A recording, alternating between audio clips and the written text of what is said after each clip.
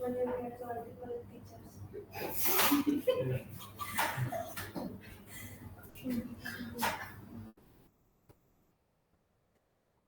भाई, क्या होगा भाई? क्या नाम है तुम्हारा पीछे? साहिल और क्या नाम है? Rakesh. Many to many relationship कहाँ देखने को मिलता है? ऑनलाइन में भी बता सकते हो।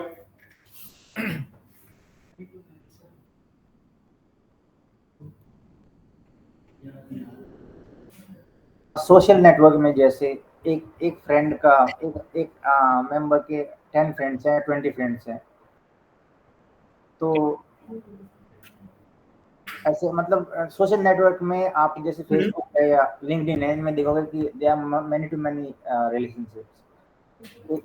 जैसे जैसे एक मेंबर के बहुत सारे फ्रेंड्स हैं, और जैसे मतलब it is some sort of network, मतलब जहाँ से एक नोड से मल्टीपल एजेस को नेटवर्क कनेक्ट कर रहे हैं। और बार बार एक लोग कह रहे हो तो फिर ये वन टू मैनी हो जाएगा। ये वन टू मैनी है, लेकिन वन टू मैनी है, लेकिन ये है कि ये आपस में भी कनेक्टेड है, जो मतलब मैं बता नहीं पा रहा हूँ आपको। मतलब it is like all the nodes are connected to each other like that. हाँ, क्या कह रही थी तुम? So student teacher relation. Students have multiple teachers ठीक है, and multiple teachers have multiple students.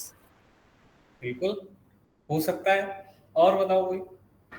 Course और टीचर्स का भी हो सकता है। क्या? कोर्स और टीचर्स मतलब multiple courses given by multiple teachers, वो भी हो सकता है। ऐसे रिलेशनशिप्स जहां मेनी टू मेनी वाली बात आई, मेनी ऑब्जेक्ट्स अगर एसोसिएट होते हैं मेनी ऑब्जेक्ट्स के साथ ही, जैसे अभी टीचर स्टूडेंट की बात हुई है, तो एक स्टूडेंट के पास मल्टीपल टीचर्स होते हैं, हो सकते हैं, और multiple teacher sir employ project भी हो सकता है सर। क्या? एक मतलब मल्टीपल एम्प्लॉय के पास मल्टीपल प्रोजेक्ट्स जैसे। हाँ, मल्टीपल एम्प्लॉइज के पास मल्टीपल प्रोजेक्ट्स, आप वो भी कर सकते हैं, है ना? तो ऐसे रिलेशनशिप को भाई क्या कह रहा है? ठीक है, मैनी टू मैनी।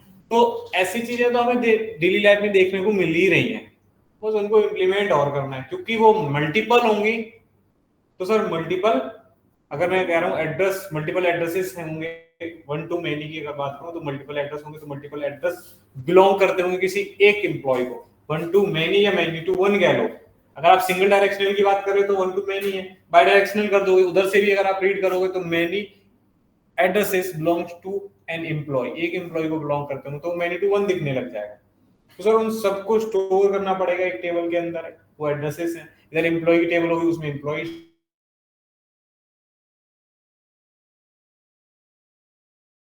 मल्टीपल।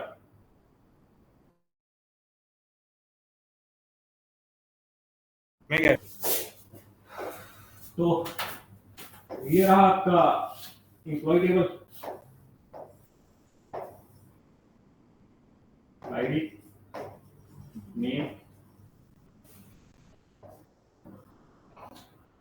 कोई भी ले लो, जेंडर ले लेते हैं, ठीक।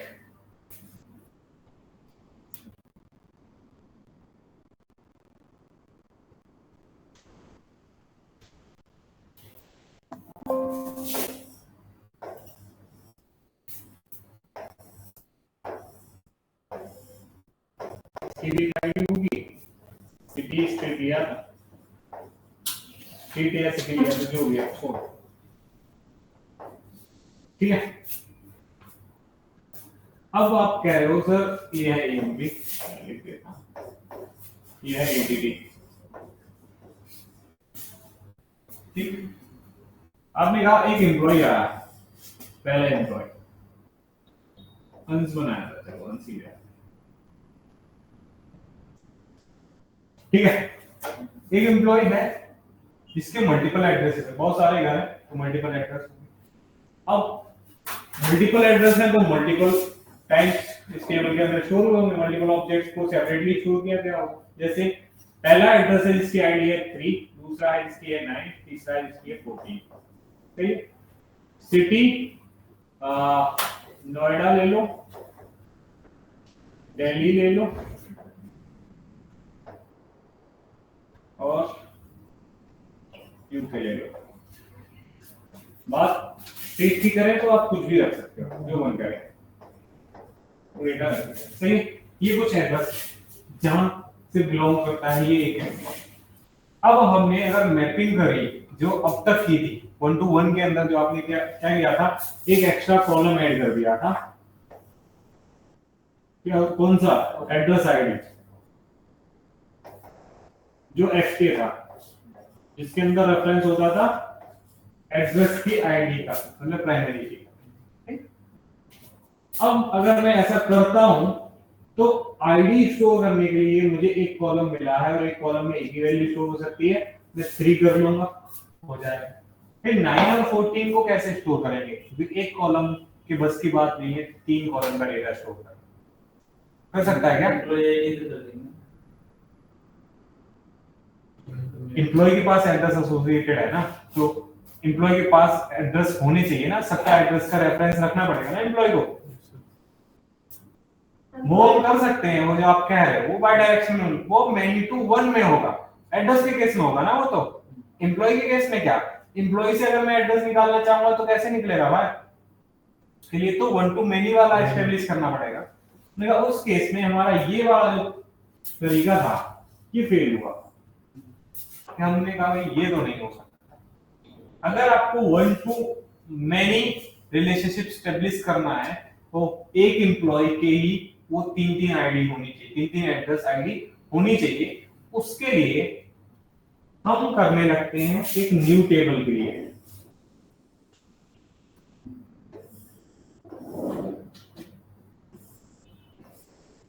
ठीक है, जिसमें पहला बॉक्स होगा ईएमपी आईडी वाला, दूसरा होगा एड्रेस आईडी का। क्योंकि वो किसी एक ही एम्प्लॉय की 3 एड्रेसेस आईडी है तो एमपी आईडी के अंदर 1 ही आएगा। एड्रेस आईडी सब 3 है तो 3, 9 and 14 कुछ इस प्रकार हम स्टोर कर रहे होते थे एक्सप्लिसिटली। क्योंकि भाई हाइपरनेट पढ़ते हैं तो हमको एसक्यूएल पढ़ने की जरूरत नहीं है, वो मैपिंग करने की हमको उससे जरूरत नहीं है। तो इस काम को कराने के लिए भी एक एनोटेशन ही यूज होगा। क्या होगा? एक एनोटेशन, और उसका नाम क्या होगा? 1 to। सिर्फ इतना लिखते ही एक नई टेबल बनेगी, 2 कॉलम बनेंगे, एक एम्प्लॉय के जितने भी एड्रेसेस होंगे उन सब की आईडी को लाके रख लेगा जो तुमने वहां एसोसिएट कर रखे होंगे, सेटर से सेट कराए होंगे ना मल्टीपल एड्रेसेस, उस सारे एड्रेसेस की आईडी यहाँ पे स्टोर कुछ इसी तरह। तो सर वो सारी क्वेरीज वगैरह, नई टेबल बनाना, फॉरेन की सब खुद ही हैंडल करेगा, हमें कुछ करना है तो आपको यूनिक रखेगा। ईएमपी आईडी को हमेशा इस कॉलम को यूनिक रखेगा, क्योंकि भाई सेम उसको यूनिक रखेगा एड्रेस आईडी, सेम आईडी नहीं आ सकती एड्रेस की 2 बार।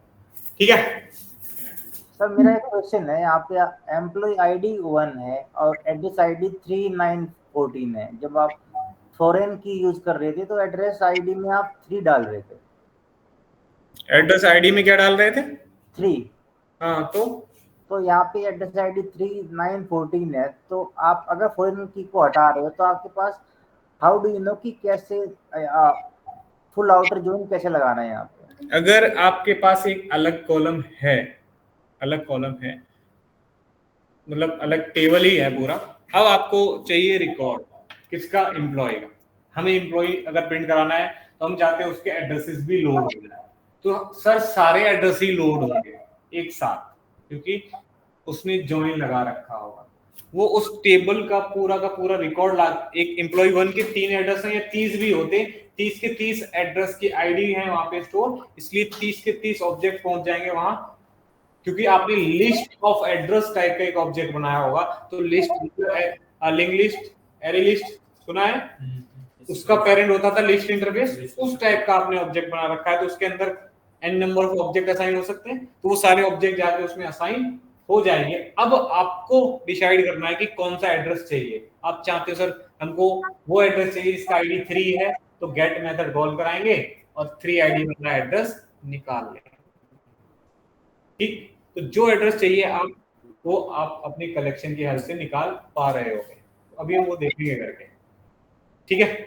बट ऐसे हमको स्टोर इसलिए करना पड़ा क्योंकि सर मल्टीपल एड्रेसेस थे, इसलिए सर वो सारे के सारे एड्रेस किसी एक आईडी को बिलोंग करते थे, इसलिए हमें ये आईडी को 3 बार लिखना पड़ा। 30 ऑब्जेक्ट होते तो 300 बार लिखना पड़ता, क्योंकि आईडी एम्प्लॉय की आईडी तो सेम है, एम्प्लॉय तो सेम है जिसके वो एड्रेसेस हैं। एक बंदे के 30 फ्लैट हैं एनसीआर में अलग अलग जगह पे, तो वो किसी पे भी हो सकता है। आपको अगर आप एक बैंक वाले बंदे हो जो जिसने उसको लोन दे रखा है, वो तो सबके एड्रेस रखेगा ना अपने पास, भागेगा तो सब पे ढूंढेंगे जाके, समझ रहे हो ना। तो वो तुम्हारे कॉल है, पहले किसको निकालना है वो तुम निकालो। इंडेक्स बेसिस पे निकाल सकते हो, सारे लिस्ट में आएंगे तो अब आप 0 को पहले उठा लो, उसका क्या एड्रेस है, 2 को उठा लो, 3 2 उठाते चले जाओ, वो तुम्हारा कॉल होगा, उससे कोई फर्क नहीं पड़ेगा। ठीक है, आओ एक बार इसको करके देखते हैं क्या करना पड़ेगा। हमने कहा जो हमारा इंप्लॉई होता था जिसके अंदर सिर्फ एक एड्रेस हुआ करता था, एक एड्रेस हुआ करता था, अब उसके अंदर देख रहे हो ना सिंगल ऑब्जेक्ट है, उसके अंदर अब एड्रेस जो होगा वो लिस्ट टाइप हो जाए। लिस्ट टाइप का एक ऑब्जेक्ट मींस कलेक्शन टाइप का ऑब्जेक्ट बनाएंगे, तो एक लिस्ट का ऑब्जेक्ट बनाएंगे इसमें रन टाइम पे जो जनरिक टाइप होता था ना एंगुलर में, जहां इंटीजर स्ट्रिंग देते आए हो वहां आप एड्रेस पास कर दोगे, बस बन जाए। सर यहाँ पे जॉइन कॉलम एनोटेशन लिखा हुआ, कास्केड लिखा हुआ, बताया नहीं, तो जॉइन कॉलम चलो मैं अभी बता देता हूँ, कास्केडिंग हम आगे वाले टॉपिक्स में पढ़ रहे होंगे, ठीक है, अभी उतनी जरूरत है नहीं कास्केडिंग की। सर जॉइन कॉलम क्या है, कुछ नहीं, ये उस कॉलम को रीनेम कर सकता है जो जनरेट कर रहा है हाइबरनेट। बाय डिफॉल्ट इस एड्रेस की आईडी को स्टोर करने के लिए उसने एड्रेस आईडी नाम का एक कॉलम बनाया, बट आप चाहते हो मैन्युअली कोई नाम देना तो जॉइन कॉलम एनोटेशन लगा के अपना नाम बता सकते हो, एड एफके मैंने रख दिया। तो अब वो जो जनरेट कर रहा था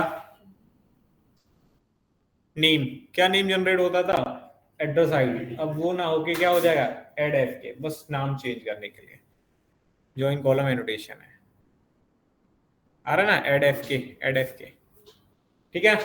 तो बस इसलिए था और कुछ खास था नहीं उसमें, ठीक है, बाकी कास्केडिंग तो पढ़ ही लेंगे, तो ठीक है। अब हमें क्या है, लिस्ट ऑफ एड्रेसेस रखने, क्योंकि one employ has multiple address, ऐसा हमें रिलेशनशिप रिप्रेजेंट करना है, तो मल्टीपल एड्रेस तो मुझे यहाँ पे रखने पड़ेंगे ना, मल्टीपल एड्रेस टाइप के ऑब्जेक्ट, तो बस वही करना है, आओ करते हैं।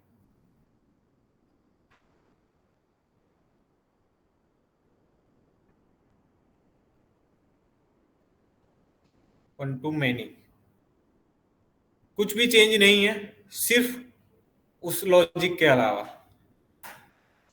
वही है, नेम जेंडर्स आईडी, सही है। अब जो एड्रेस ऑब्जेक्ट बना है वो लिस्ट टाइप का है, जिसके ऊपर 1 to मैनी लगा रखा। सर मैप्ड बाय हटा दो अभी के लिए, ये एक्स्ट्रा टेबल जनरेट नहीं करने देगा। जब बाय डायरेक्शनल करोगे तो दोनों जगह मैपिंग होगी, लेकिन हम एक से हैंडल करवाना चाहते हैं तो हम वो करवा देंगे, हम वो एक्स्ट्रा टेबल जो अभी देखी थी उसको भी मैप्ड बाय प्रॉपर्टी की हेल्प से हटा सकते हैं, ठीक है, करेंगे अभी, बट अभी के लिए छोड़ देते हैं उसको।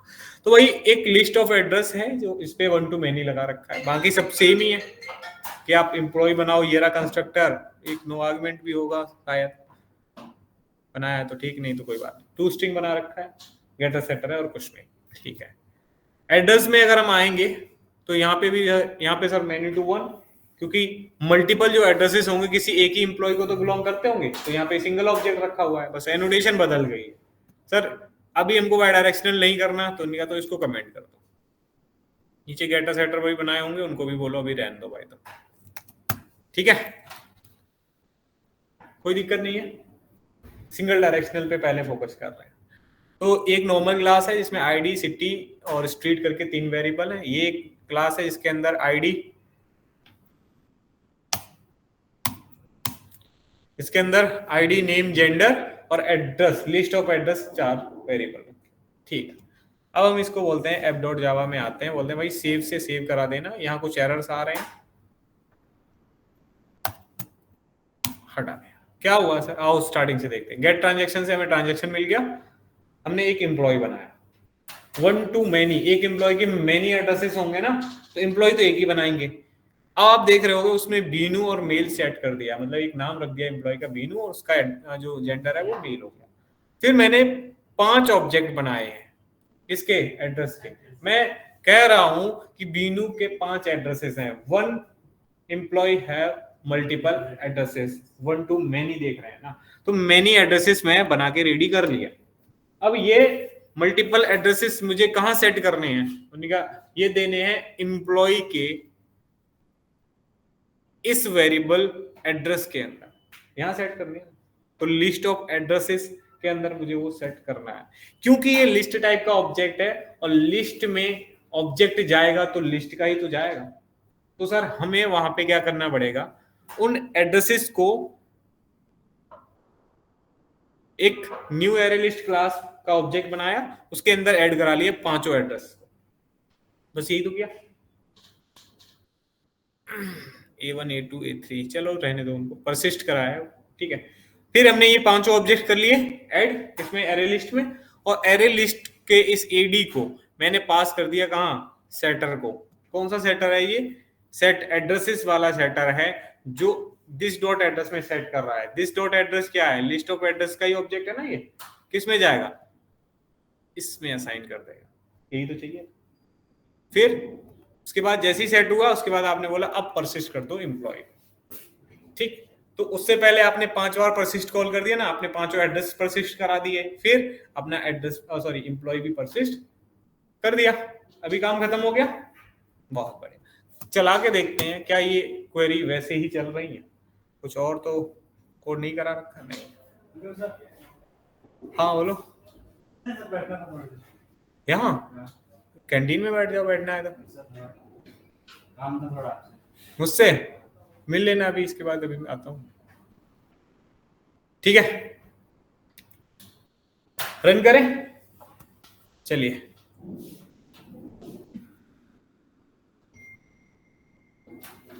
कुछ तो क्वेरी चलेंगे, हमें नहीं पता क्या चली, आओ देखते हैं। सर ड्रॉप चली है तो कुछ एरर आया है, दोबारा चला देते हैं तो ड्रॉप सही चलेगा, क्यों, क्योंकि सर कुछ टेबल्स ऐसी रहती हैं जिनके अंदर पहले से फॉरेन की नहीं होती तो प्रॉब्लम आ जाती है, कोई बात नहीं, ठीक है। अभी भी कुछ क्रिएशन में प्रॉब्लम आ रही है, कोई बात नहीं, पहले हम देख लेते हैं प्रॉपर। ड्रॉप चलाया कहाँ, एम्प्लॉय टू एड्रेस टू, ठीक है। फिर एम्प्लॉय टू एड्रेस टू एक और है जिसको ऑल्टर किया, ड्रॉप किया उसकी टेबल को, सॉरी फॉरेन की को। देखो मैंने आपको बोला था यहाँ पे एक नया कॉलम बनाने को, इसमें फॉरेन की भी होगी, उनको ड्रॉप करना पड़ेगा ना पहले, क्योंकि आपने क्रिएट कमांड दे रखी है। क्रिएट क्या करता है, हर बार ड्रॉप करता है फिर नया बनाता है। तो इनको ड्रॉप करने से पहले इनकी फॉरेन की हटाएगा, फिर ड्रॉप टेबल क्वेरी चलेगी, इन सबको डिलीट करेगा। ऐसी टेबल अगर ऑलरेडी होंगी तो डिलीट हो जाएंगी, नहीं होंगी तो कोई बात नहीं, फिर वापस से तीनों के लिए क्रिएट क्वेरी चलेगी, तीनों बना देगा। कंस्ट्रेंट वगैरह वो प्राइमरी की या ऑटो इंक्रीमेंट या फिर फॉरेन की वो सब जनरेट करेगा, उसके लिए